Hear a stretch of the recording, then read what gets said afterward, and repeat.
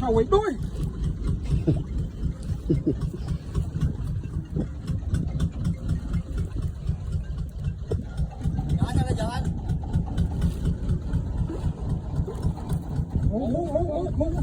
Muốn sắt luôn.